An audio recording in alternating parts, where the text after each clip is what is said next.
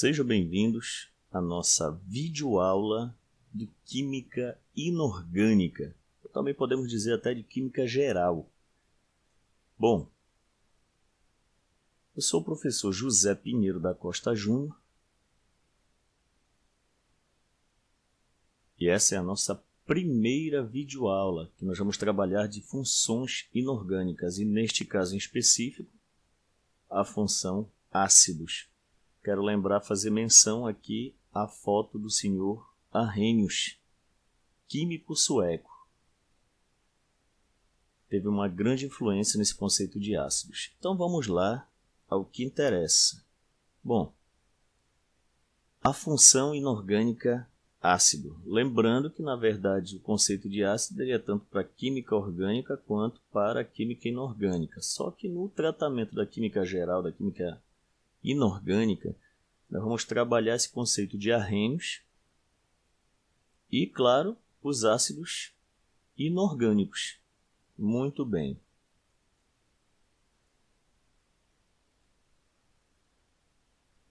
Introdução. As substâncias compostas elas foram divididas em dois grandes grupos, a citar o grupo das substâncias inorgânicas e o grupo das substâncias orgânicas. Cada um desses grupos apresentam-se subdivididos em... Olha só, cada um desses grupos apresentam-se subdivididos em subgrupos denominados função química. Esse conceito ele é muito importante. Eu estou lendo aqui essa introdução, mas ele é muito importante, porque é aí que vai ter, na verdade, aquela questão das classificações das substâncias. Se é inorgânica, orgânica, e no grupo das inorgânicas são ácidos, bases, sais, óxidos, hidretos. Muito bem. No caso da química inorgânica, as funções químicas a serem estudadas serão ácidos, bases, sais e os hidretos. Muito bem. Ácidos. Segundo Arrhenius, eu vou colocar logo aqui a menção ao senhor Arrhenius, Svante August Arrhenius, Vic, 19 de fevereiro, também nasceu em fevereiro igual eu, 1859, Estocolmo. E data da sua morte em 1927, 2 de outubro, foi um químico sueco. O Arrhenius ele fez uma classificação muito interessante, dizendo o seguinte, que os ácidos, eles são substâncias que, quando dissolvidas em água, sofrem ionização. São moleculares, liberando na forma de cátions exclusivamente íons H+, que na verdade, inclusive também na definição dele, fala de H+, ou também de H3O+, que é o íon hidrônio, ou hidroxônio. Muito bem, neste exemplo aqui, segundo o conceito de Arrhenius, para ser ácido tem que liberar H+. Tá? Na forma de H+, ou na forma de H3O+, que é o hidroxônio ou hidrônio. Muito bem. Aqui eu tenho o HBr, nós falamos sobre número de oxidação, aquela carguinha que os átomos têm devido às ligações, ou melhor dizendo, às interações que eles fazem. Ganha ou perde elétron, compartilha, mas enfim, vai ter uma carga, um resíduo de carga. E aqui nós temos o hidrogênio, que nós já sabemos que tem número de oxidação +1. Então, olha só, o HBr, que é o ácido bromídrico, aqui já é bromídrico, porque está em solução aquosa, A aqui quer dizer aquoso. Muito bem. Se não estivesse A, que não seria o ácido bromídrico, seria o brometo de hidrogênio, que seria o gás. Como o hidrogênio é +1, quando é jogado em água, a molécula de água, nesse processo de solvatação dos íons, e de espalhamento dos íons, que é a dissolução, ela vai quebrar essa estrutura e vai formar H+ aquoso e vai liberar Br-, que é o brometo aquoso. Se você somar aqui mais e menos, dá zero, volta para a estrutura inicial. Essa aqui é uma equação de ionização, porque esse ácido é molecular formado por não metais. O mesmo HBr aqui, aquoso, uma outra representação agora com a molécula de água, que é aparecendo claro no estado líquido, esse hidrogênio já vem para cá, para a água. E a água ela tem no oxigênio 2 pares de elétrons livres, que são 2 pares, são 4 elétrons no total. Então, como o hidrogênio, quando sai na forma de H+, ele não tem elétron, para ele voltar a ser hidrogênio teria que ganhar 1, e para ficar estável, ganhar 2. Então, o hidrogênio na forma de H+, vem e se liga ao oxigênio, que tem pares de elétrons livres, inclusive pode fazer até 2 vezes isso, e ele forma o H3O+. Já foi feito estudos que essa estrutura ela é estável.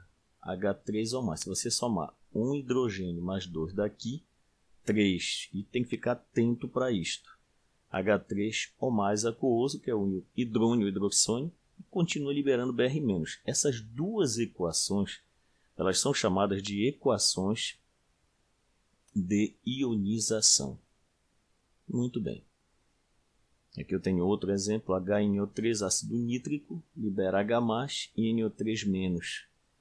Outra equação seria HNO3 mais H2O, o hidrogênio vem para cá, tem 2 mais 1 dá 3, H3O+, libera NO3-. Lembrando que se aqui tem um hidrogênio, aqui vai ser, toda essa parte vai ser menos. Se tivesse 2, seria menos 2. Se tivesse 3 hidrogênios, seria menos 3. Se tivesse 4, menos 4. Se tivesse 5, não existe essa história. Tá? Encerrou por aqui. Muito bem. Aqui, ó, H2S, ácido sulfídrico.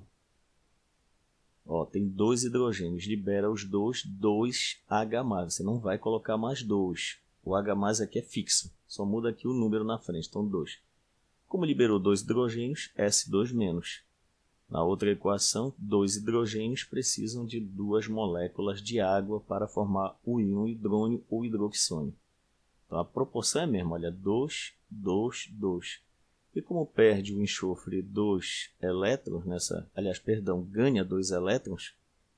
ganha 2 elétrons, nessa equação, o enxofre da família 6A em relação ao hidrogênio, ele ganha mais eletronegativo, tá? Então ele ganha 2 elétrons, o que é que acontece? Fica menos 2, muito bem.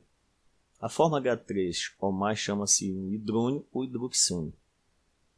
Ionização parcial, existem ácidos que têm mais de um hidrogênio, então eles sofrem ionização parcial. Isso não é tão importante agora neste estudo, mas é interessante nós comentarmos o seguinte. Isso tem uma influência muito grande nas constantes de equilíbrio, inclusive nos estudos de equilíbrio químico, que não vem ao caso neste momento, mas é interessante nós falarmos. Essa primeira ionização aqui, H3BO3, ácido bórico, vai perder um hidrogênio, vai formar o íon hidrônio. Olha, se perder um, fica 2 ainda aqui, H2BO3. Como perde só um hidrogênio, aqui a carga é menos 1. Aí lá vem agora esse outro íon. Vai perder de novo mais um hidrogênio, aí vem um para cá, H3O+. Aí fica, se tinha 2, perdeu 1, passa a ter 1, HBO3, 2-. Aí lá vem de novo esse íon, HBO3 menos 2, perde mais 1, e forma H3O+, e BO3 menos 3, que é o borato. Tá? É bom memorizar logo, borato. O nome deste íon. Muito bem. O que é que nós temos então aqui? Essas equações de ionização elas acontecem em 3 etapas, mas a primeira etapa é a mais importante. Tanto que lá, quando nós formos estudar a constante de equilíbrio,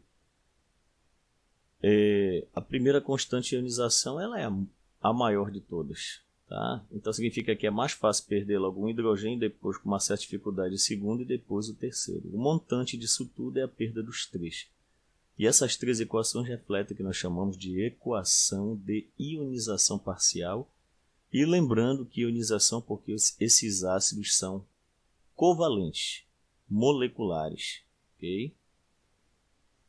A ionização para estruturas moleculares e dissociação para estruturas iônicas. No caso das bases, salvo aqui no caso uma base, salvo não, tem várias, mas uma base muito comum que é molecular é o hidróxido de amônio NH4OH. Essa é uma base molecular, mas tirando essa e algumas poucas, todas são iônicas. E composto iônico não sofre ionização, sofre dissociação, que é apenas uma separação daquilo que já existe, ou seja, das cargas. Características dos ácidos, muito importante isso aqui. Você nunca deve provar um ácido, mas pela experiência nós já provamos com certeza limão, vinagre e frutas ácidas. Então se tem uma ideia de que eles sejam azedos. Claro que na verdade jamais se deve fazer prova dessas substâncias. Os ácidos são corrosivos, portanto, com exceção dos citados entre parênteses, tome muito cuidado com os demais tipos de ácidos, pois a ingestão ou contato direto pode ser fatal e, de fato mesmo, corrosivo. Conduz a corrente elétrica quando em solução aquosa, todos os ácidos têm essa capacidade. Torna rosa o papel de tornassol, que é azul. É bom vocês fazerem uma pesquisa sobre tornassol, papel e tornassol, tá? Então, torna rosa o papel e tornassol azul, que não tem só esse. Então, quando o papel e tornassol for azul, se ele entrar em contato com o ácido, ele fica rosa. E em contato com fenolftaleína, os ácidos eles não apresentam mudança, a solução continua incolor. A gente vai ver isso logo adiante. Sofrem ionização em solução aquosa, porque são moleculares, e reagem com as bases, formando sal e água, e, portanto, uma reação de neutralização total. Classificação dos ácidos.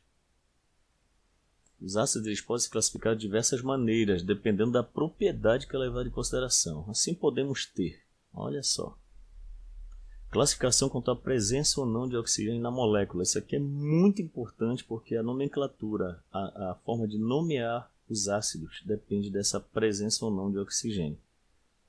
E aí nós temos o quê? Hidrácidos. Se você olhar logo aqui para ganhar tempo, nenhum desses ácidos tem oxigênio. Ácido fluorídrico, bromídrico, clorídrico, iodídrico, sulfídrico, cianídrico, o famoso ácido cianídrico, que tem um cianeto, muito letal. Esses ácidos aqui todinhos que não têm oxigênio, eles são chamados de hidrácidos, que são ácidos que não possuem oxigênio na molécula. Muito bem. Como nós já falamos algumas propriedades, nós vamos fazer aqui experimentos com ácidos base. Número 1, condução da corrente elétrica. Neutralização total quando em solução aquosa. Esses vídeos, eles agora, neste momento, devido a essa questão de pandemia, tá? Aqui o ano de 2021, eles foram feitos assim, não necessariamente em um laboratório, mas eles são muito bonzinhos, vamos falar assim, poderiam ser melhores, mas mesmo com toda essa dificuldade nós produzimos esses vídeos e ajuda vocês a terem uma ideia dessas propriedades que nós falamos agora. Ácidos e bases conduzem a corrente elétrica quando em solução aquosa. Nós vamos falar de condução e neutralização total e vamos mostrar também comportamento diante de indicador. Parece que é fenolftaleína. Os ácidos e as bases conduzem a corrente elétrica quando em solução aquosa devido a apresentar o fenômeno da ionização ou dissociação. Só quero lembrar uma coisa. Apesar de estar colocado aqui o fenômeno, porque o fenômeno é tanto ionização e dissociação. Só que os ácidos, tecnicamente falando, nós estamos falando agora do conceito de Arrhenius, então é ionização. Só que tem outros tipos de